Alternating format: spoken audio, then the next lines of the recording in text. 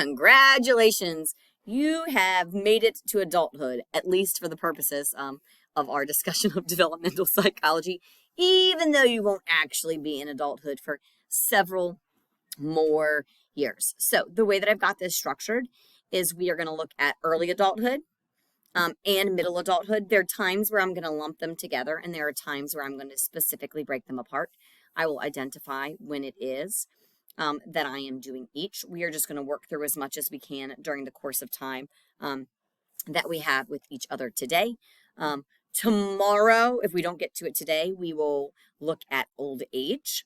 And then we will start the movie Tuesdays with Maury just as soon as we are finished with direct lecture and content, which goes back and reviews all the stages of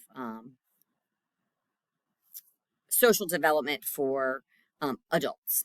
Okay, so with that, let us progress first. As we have started every single other age band of development, we are going to start with physical development. So if you look at early adults, right, again, this is correlational data. It's not necessarily true for each individual, but adults hit their peak of their physical ability and the peak of reproduction in their 20s.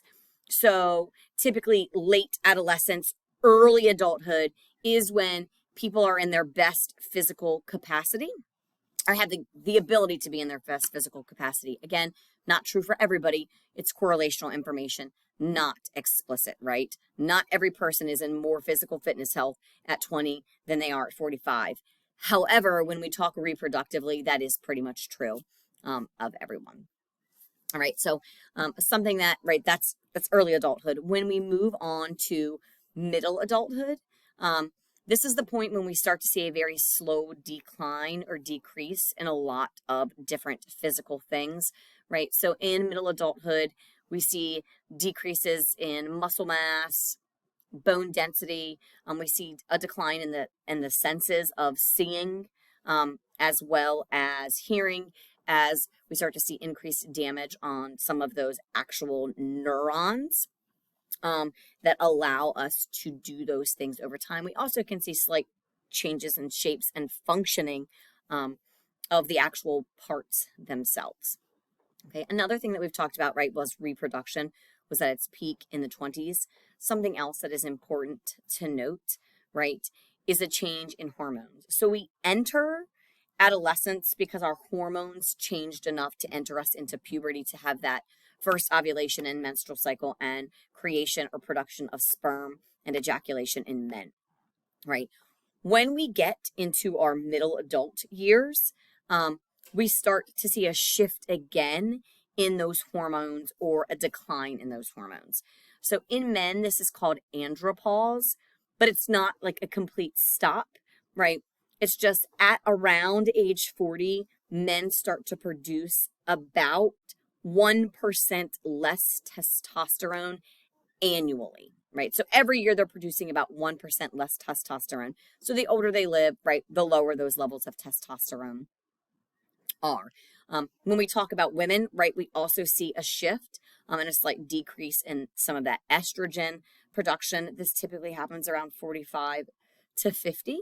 And this stage is called menopause. And right, what happens by the end of this stage is that ovulation stops. So a woman is no longer releasing an egg, and therefore she can no longer reproduce, which again is different with men. There is a decrease or a decline in sperm production with the decline of testosterone, but they do continue to make sperm, right, all the way up until the end, friends. Okay? All right. Oh, as always, if you get to a point in which you miss something, then pause the video, right? Or you can always go back to the slides directly. When we look at cognitive development, right, what stage should adults be in? Ding, ding, ding. Yes, the answer is formal operational stage. And by this time, they should be in mature formal operational stage. We have left adolescence, that prefrontal cortex, hopefully by those mid-20s. It is 100% fully developed, friends. It is everywhere it's going to be. We should hopefully be in that formal operational stage. During this time period, we see almost little to no change in cognitive development, right? We don't see any further increase in cognitive development. We don't see a decline. We just kind of plateau and we hang out, right? There might be an increase in verbal skills because you practice using your cognitive skills. And the more you practice using those cognitive skills, the better you get at them, right? So our memory, our attention, our speed of processing, right? We hanging out, right? We're doing all right. We are hanging out at this stage, okay? All right, so now what I would like for you to do is I'd like you to take a second. You go ahead, pause the video, right? Pause the video. I know you're thinking, sorry, I don't want to pause the video. But what I would like for you to do is to pause the video and maybe jot down a couple of notes in your notebook about what you think to these questions, right? Once you've had a little bit of time, have a conversation with yourself and your pencil on paper, go ahead and unpause the video. All right, if you are unpausing the video, it means that you had that conversation with yourself and your pencil and your paper. If not, pause the video and do it, okay? So with that, right, not exactly sure what you put down, but probably things like trust, openness, communication, shared values, these different types of things. And this is whether we're talking about a platonic relationship, we're talking about a romantic relationship, right? Those are probably some of the things that you discussed or thought about, right? We really do start to make these really close ties, and we really start to think about what our relationships mean when we are in early adulthood, and we might even start doing that some in late adolescence. Okay, so the second question I have here is, what is intimacy and what does that look like? Friends, I've been teaching this class for like 10 years. And so I know typically when teenagers, not all, but some teenagers see the word intimacy, they get a little case of the giggles. Friends, right? Yes, there is a thing as sexual intimacy, but not all intimacy is sexual, right? There is emotional intimacy, okay? Intimacy in and of itself just means a level of comfortable familiarity, right? A sense of closeness with somebody, right? It is the belief that you can be open and you can be honest with them and that you can trust them, right? By putting down those guards and being vulnerable, okay? And so that's whether we are talking about emotionally or in a physical sense, if we are talking about physical intimacy, right? But intimacy is that sense of, I am comfortable with you. I am comfortable being me with you. All right. The reason that we talk about this at this stage is because during early adulthood, this becomes the center focus, right? It becomes the crises of social development. Okay. So when we look at social development in early adulthood, we have now moved on to stage 6.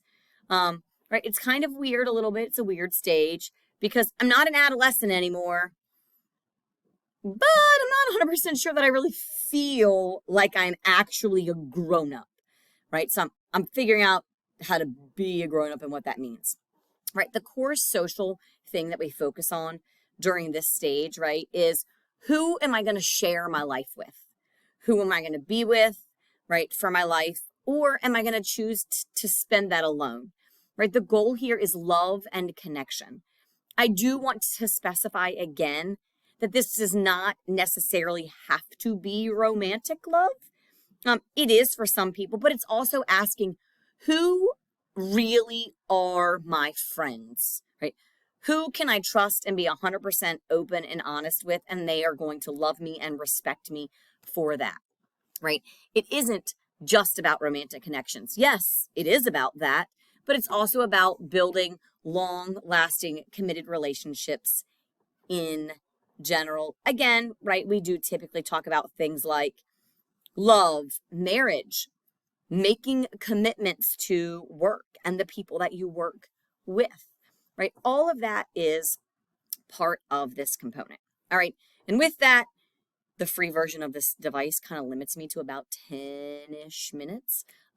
So I'm going to call it quits here, and then you're just going to follow the next video in today's lesson, okay?